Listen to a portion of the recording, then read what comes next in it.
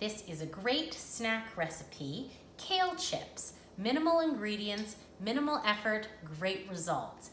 Everybody likes them, and today I'm going to show you 2 different flavors. If you have a food dehydrator, that works really well, but if you don't, you can also use a baking sheet and do it in your oven, and I'll show you both ways. So here I have a bowl of kale, and what I did was I just took the stalks of kale. I ran my fingers down the stalk to separate the leaves from the stalk. The stalks, unless you have a juicer, aren't really good for much. You can just discard those. And now I've got these quite large pieces of kale, and I have washed them and spun them in my salad spinner. Now I am going to take, for our first flavor, we are going to do olive oil, sea salt, and nutritional yeast. Now you don't need much oil, just a little drizzle.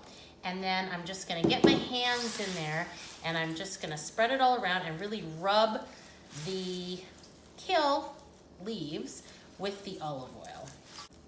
I would say that I used less than a tablespoon.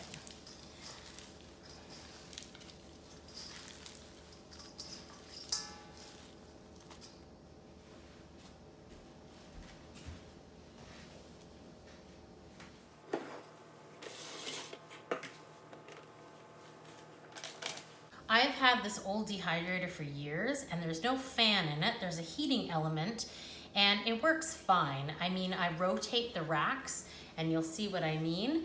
But for right now, we are just going to lay out our pieces of kale. Now, as these dehydrate, they're going to shrink. So you can put them right close to each other and you'll notice that they all have a very light coating of oil on them.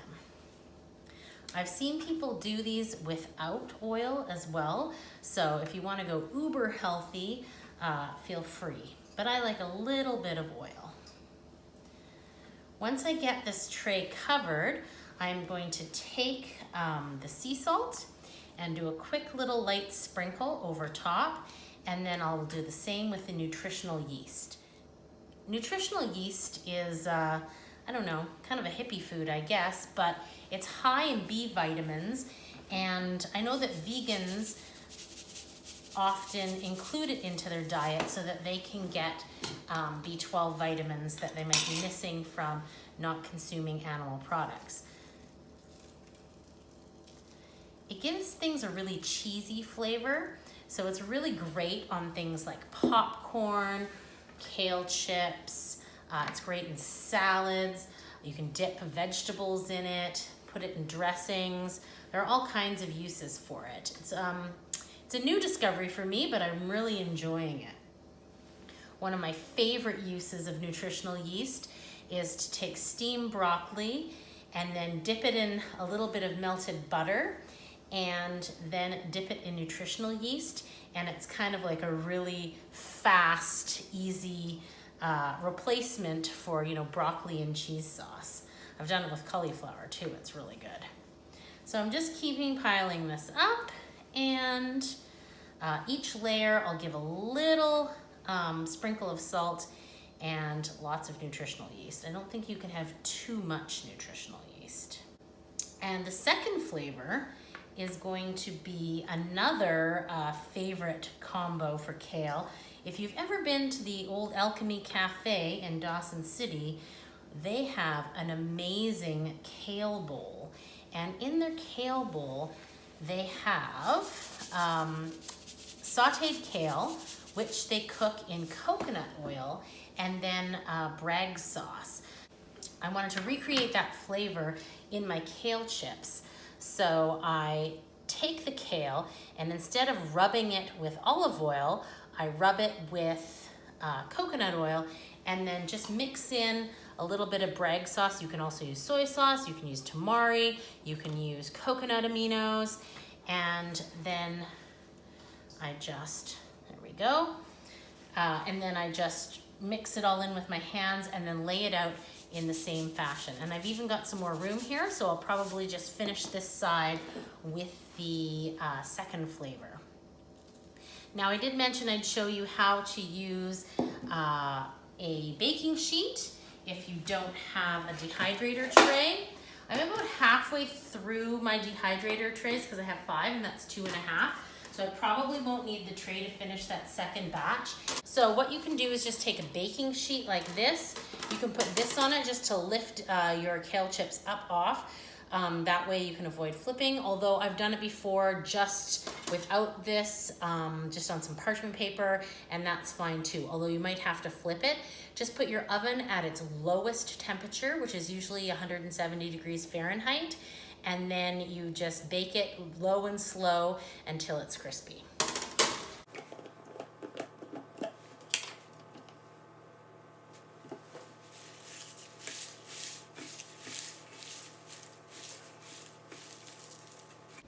I could have melted the coconut oil for it to spread a little bit easy, but the heat from your hands does eventually soften it and it incorporates quite easily.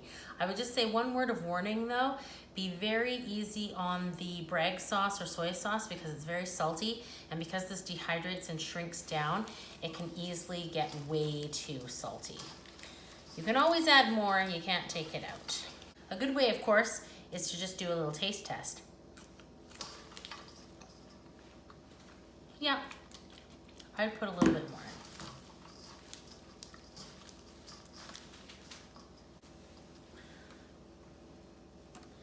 So we're just gonna finish this off, load this up. Like I said, you can really pack it in there. What I'll do is, I'm not sure how long this will take. I never really time it. I just kind of put it on when I know I'm gonna be home, and then I just keep an eye on it. I'll let you know how this goes, but again, every dehydrator will be different. And you just wanna make sure all the moisture is gone, and then that will give it that really good crunch.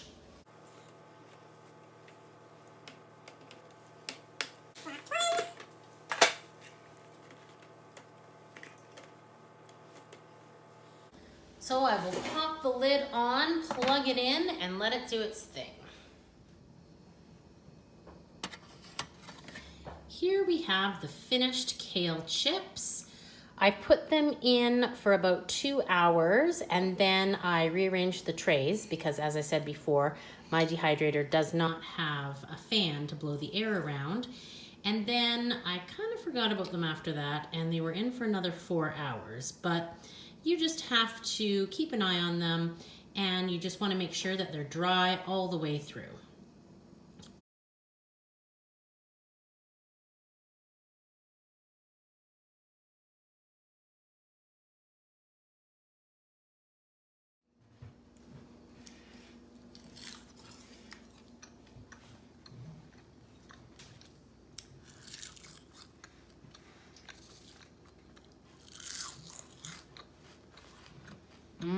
That crunch.